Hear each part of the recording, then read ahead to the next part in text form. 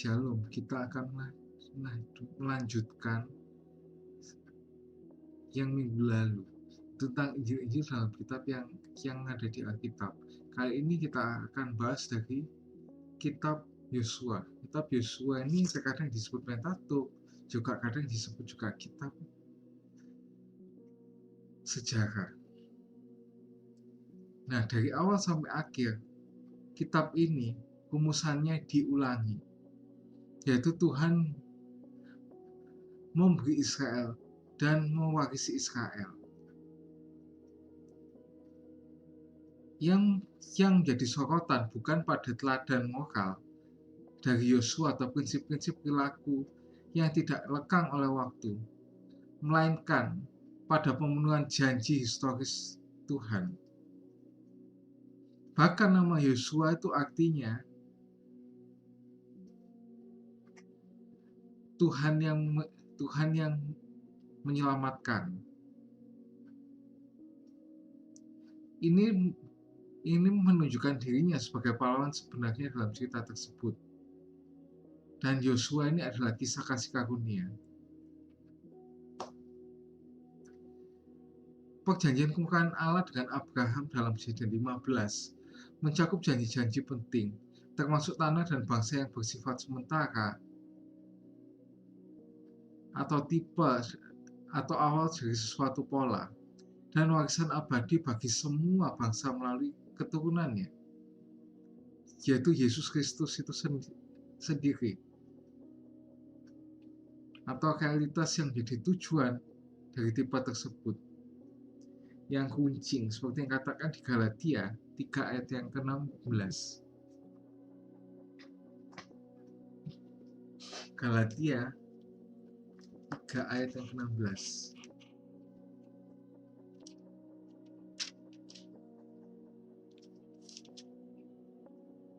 Adapun kepada Abraham diucapkan segala janji itu dan kepada keturunannya, tidak dikatakan kepada keturunannya seolah-olah dimaksud banyak orang, tapi hanya satu orang, dan kepadamu keturunannya, yaitu Kristus. Meskipun masuki negeri adalah suatu anugerah yang penuh anugerah, seperti yang ada di Ulangan 7 ayat 6 dan ayat 6 sampai 9 dan Ulangan 9 ayat 4 sampai 8. Lalu tetap menjadi bangsa yang kudus.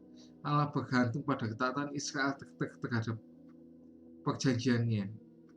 Hal ini mencerminkan ujian yang dialami oleh Adam di Taman Eden, dengan konsekuensi janji hidup atau mati, berkat atau kutuk, kenikmatan akan Allah atau pengasingan. Bahkan setelah mendengar suara ular, Adam dan Hawa menerima janji kemurahan Allah mengenai juru selamat. Benih atau keturunan perempuan akan meremukkan kepala ular, seperti yang dikatakan di Kejadian 3 ayat yang ke-15. Nah, apakah benih ini adalah Israel? Apakah Israel merupakan penggenapan janji Allah? Meskipun banyak terdapat iman dan ketaatan yang tulus di bawah kepemimpinan Yosua, kitab ini sudah mengisyaratkan keputusan yang tragis. Tetapi seperti Adam, mereka atau Israel melanggar perjanjian, seperti yang dikatakan di Hosea 6 ayat yang ke-7.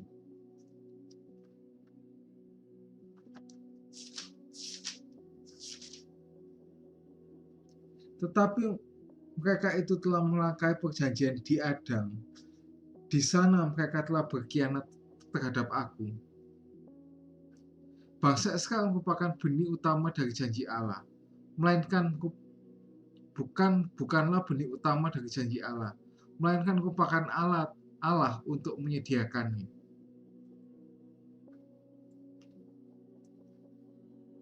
Nah, Yesus Kristus sebagai benih janji yang sejati turun dari Israel. Ya, bukan dari Palestina kalau ini ya.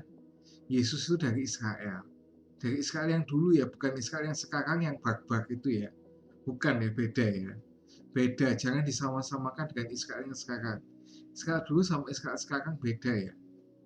Kayak kita ya, Jangan sama-samain Majapahit dengan dengan dengan Indonesia sekarang ya. Tolong ya, jangan disama-samakan. Yang menjamin janji abadi melalui ketaatan dan kemenangan yang tidak diperlihatkan di bangsa Israel. Umat Allah tetap aman dari segala konsekuensi pelanggaran mereka dan dari segala kuasa setan hanya dengan percaya kepada benih yang benar ini. Yesus adalah penakluk terakhir setan. Dia melakukan apa yang Adam dan kemudian Israel gagal lakukan, seperti yang dikatakan di Kolose 2 ayat yang ke-15.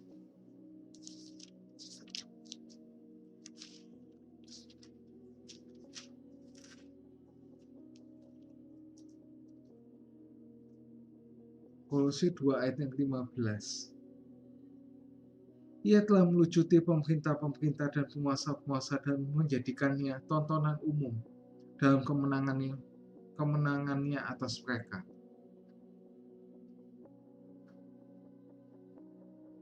Inilah inti kontras Paulus dalam Galatia pasal ketiga sampai keempat antara dua perjanjian, yaitu hukum dan janji. Yerusalem duniawi dan Yerusalem surgawi. Kalau Yerusalem yang duniawi ada sekarang kotanya yang masih diperebutkan itu ya, sehingga sekarang masih perang itu, makanya ya. Kalau Yerusalem surgawi nanti ya, kalau sudah kiamat baru ada itu, baru kita bisa menempati ke sana. Itu juga merupakan suatu kontras yang lazim di seluruh kitab Ibrani. Misalnya di Ibrani 11 ayat yang ke-16. Coba kita baca di ayat itu. 11 ayat yang ke-16. Tetapi sekarang mereka telah merindukan tanah air yang lebih baik, yaitu tanah air surgawi. Sebab itu Allah tidak malu disebut Allah mereka, karena ia telah mempersiapkan sebuah kota bagi mereka. Juga Ibrani 12 ayat yang ke-18. Sebab kamu tidak datang kepada gunung yang dapat disentuh, dan api yang menyala-nyala, kepada kekelaman, kepada kegelapan, dan angin badai. Kepada bunyi sangkakala dan bunyi suara yang membuat mendengarnya memohon, supaya jangan lagi berbicara kepada mereka, sebab mereka tidak tahan mendengar perintah ini. Bahkan jika binatang pun yang menyentuh gunung itu harus dilemparinya dengan batu. Dan sangat mengerikan pemandangan itu hingga Musa berkata, aku sangat ketakutan dan sangat gemetar. Tapi kamu sudah datang ke Bukit Sion, ke kota Allah yang hidup, Yerusalem surgawi, dan beribu-ribu malaikat, suatu kumpulan yang meriah. Dan kepada jemaat anak-anak sulung yang namanya terdaftar di surga, dan kepada Allah yang menghakimi semua orang, dan kepada roh-roh orang benar yang telah menjadi sempurna, dan kepada Yesus mengantara perjanjian baru, dan kepada darah pemercikan yang berbicara lebih kuat daripada Habel. Nah, dengan Kristus sebagai hamba dan perantara yang setia di perjanjian baru yang dilaksanakan berdasarkan janji-janji yang lebih baik, seperti dikatakan di Ibrani 8 ayat yang ke-6. Tetapi sekarang ia telah mendapatkan suatu pelayanan yang jauh lebih agung, karena ia menjadi pengantara dari perjanjian yang mulia yang didasarkan oleh janji yang lebih tinggi. Mengabaikan perbedaan peran Kristus yang berbeda dengan Israel, penaklukan yang diceritakan di kitab Yosua telah secara keliru digunakan oleh kerajaan dan geran-geran Kristen untuk membenarkan perang suci Kristen, termasuk ya itu dia perangnya Israel. Walaupun ya ada kemungkinan negara-negara lain memang mau mau menyudutkan Israel juga sih ya. Yang lain sebagai reaksi terhadap kesalahan ini mengkritik bagian firman Allah ini karena tidak sesuai dengan Allah yang damai sejahtera, yang tidak yang kita jumpai dalam Kristus. Nah, ini seperti yang banyak di seberang-seberang menyerang-nyerang kita. Oh, kalau Tuhan perjanjian lama kok jahat, kalau di perjanjian baru baik. Tuhan katanya baik, kok di perjanjian lama sampai ada genosida dan sebagainya. Terus gimana kita menyikapi kesalahpahaman seperti itu?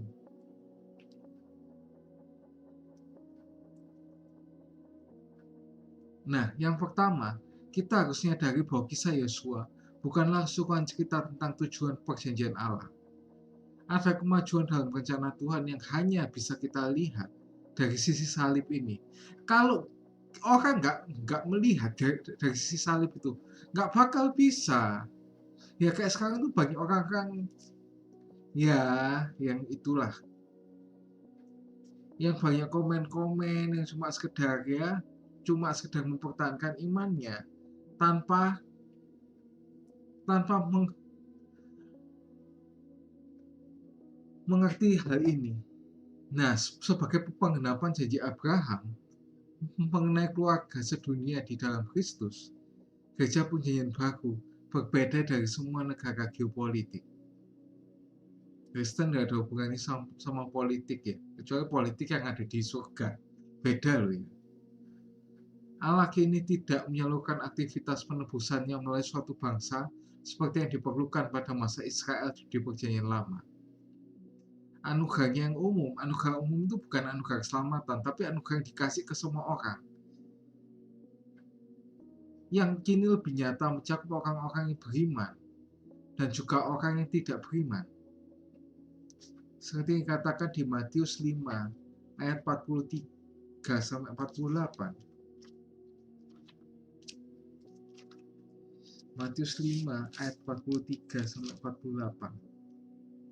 Kamu telah mendengar firman, kasihlah sesama manusia dan bencilah musuhmu. Tapi aku berkata kepadamu, kasihlah musuhmu dan berdoalah bagi yang menganiaya kamu. Karena dengan demikianlah kamu menjadi anak-anak Bapamu yang di surga, yang menerbitkan matahari bagi orang yang jahat dan orang yang baik, dan menurunkan hujan bagi orang benar dan orang yang tidak benar. Apabila kamu mengasihi orang yang mengasihi kamu, apalah upahmu? Bukanlah pemungut cukai itu berbuat demikian? Dan apabila kamu hanya memberi salam kepada saudara-saudaramu saja, apa lebihnya daripada perbuatan orang lain? Bukankah orang yang tidak mengenal Allah pun berbuat demikian? Karena haruslah kamu sempurna, sama seperti Bapamu yang di surga adalah sempurna. Dan ini bedanya Kristen daripada yang lain. Bukan sekedar kita ditebus enak, dosa kita sudah dihapus, kita nggak perlu ke suatu tempat untuk hapus dosa kita. Tapi ini loh, ngasih musuh ini loh yang juga penting. Nah, juga dan bangsa Israel tidak lagi dirancang secara unik untuk memperlihatkan satu-satunya pemerintahan Allah. Bahkan Tuhan Yesus menegaskan otoritas politik Kaisar atas Yudea. Seperti yang ada di Markus 12 ayat 17. Ini kita baca supaya ngerti juga. Nah, apa itu? 12 ayat yang ke-17. 12 ayat yang ke-17. Lalu berkatalah Yesus pada mereka, berikanlah kepada Kaisar apa yang wajib kamu berikan kepada Kaisar, dan kepada Allah apa yang wajib kamu berikan kepada Allah. Maka sangat heranlah mendengarkan dia. Jadi di era ini yang mencerminkan juru selamat kita di hadapan kita, orang-orang percaya yang menyebarkan Injil bukan dengan kekerasan, bukan dengan paksa, bukan dengan dengan hancur-hancurin tempat ibadahnya, bukan. Tapi dengan melalui kesaksian yang setia, melalui ketahanan terhadap perlawanan, dan mungkin bahkan kekerasan dari dunia ini.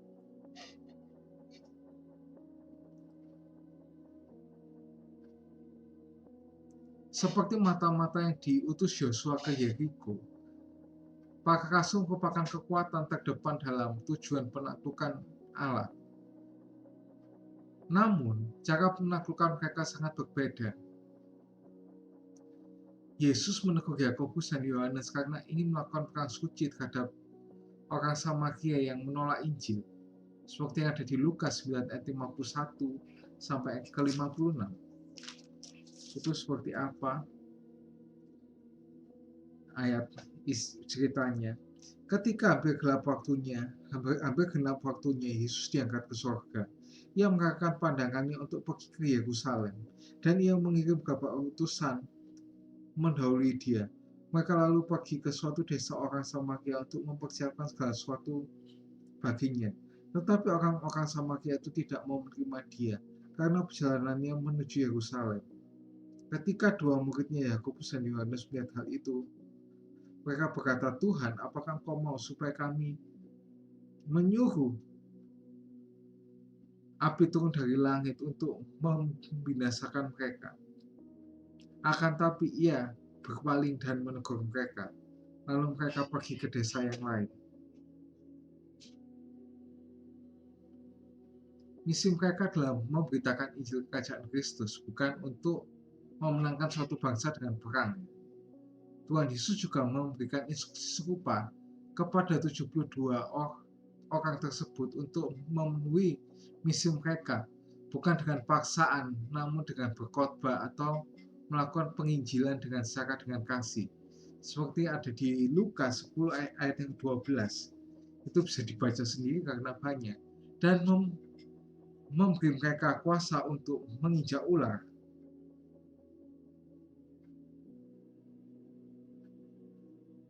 Untuk apa sih ini kuasa untuk menginjak ular? Supaya tidak ada yang akan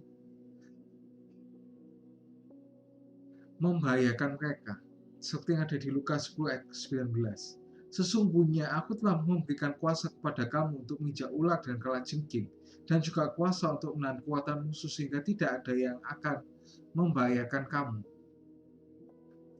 Namun setanlah musuh mereka di balik musuh-musuh duniawi yang kepalanya akan diremukkan. Seperti yang ada di Lukas 10 ayat 17 sampai 20.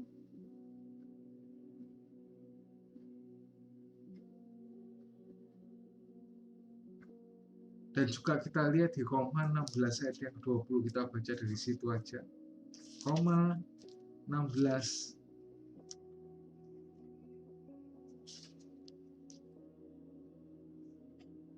Semoga Allah sumber damai sejahtera segera akan menghancurkan iblis di bawah kakimu. Kasih karunia Tuhan Yesus menyertai kamu.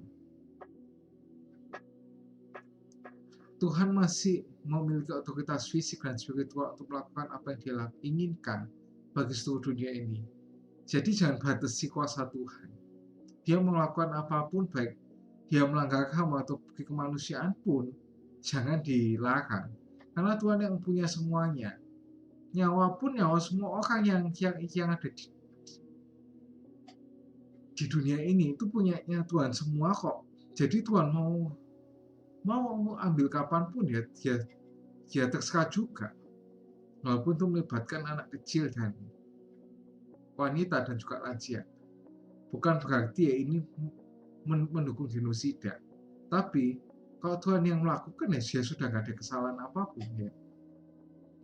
Ketika Kristus datang kembali, Dia akan menghakimi seluruh bumi bersama-sama dengan orang kudusnya. Seperti yang ada di 1 Korintus 6 ayat yang kedua. Atau tidak tahukah kamu bahwa orang-orang kudus akan menghakimi dunia? Dan jika penghakiman dunia tetap berada dalam tangan kamu, tidakkah kamu sanggup untuk mengurus perkara yang tidak berarti? Kemenangannya akan lebih dahsyat dibandingkan dengan apapun yang kita baca dalam kitab Yosua. Itu akan menandai kehancuran akhir kejahatan dan tegaknya kebenaran dan perdamaian abadi. Melalui penaklukan Yosua, kita melihat kuasa Allah melalui sebuah bangsa yang sangat cacat. Namun melalui benih yang akan datang melalui umat Yosua, kita melihat tujuan sebenarnya dan akhir dari janji-janji kemenangan Allah itu. Berbeda dengan peperangan di masa lalu yang hanya menyebabkan lebih banyak pertumpahan darah dan kesengsaraan, penghakiman global, dan kemenangan Kristus ketika Dia datang kembali akan benar-benar menjadi perang yang mengakhiri semua peperangan. Apa Kang Israel sama masih baru selesai kok Tuhan Yesus datang 2 kali? Nggak tahu ya. Ya kita lihat aja nanti ya. Ya, berbahagialah setiap orang yang mendengar atau membaca firman Tuhan, renungkannya, bahkan melakukannya dalam kehidupan sehari-hari. Ia seperti orang yang mendirikan rumah di atas suatu, apabila ada angin yang menerjangnya, rumah itu tidak akan roboh. Amin. Jangan lupa like, subscribe, dan share jika kalian terberkati dengan konten ini. See you and God bless you.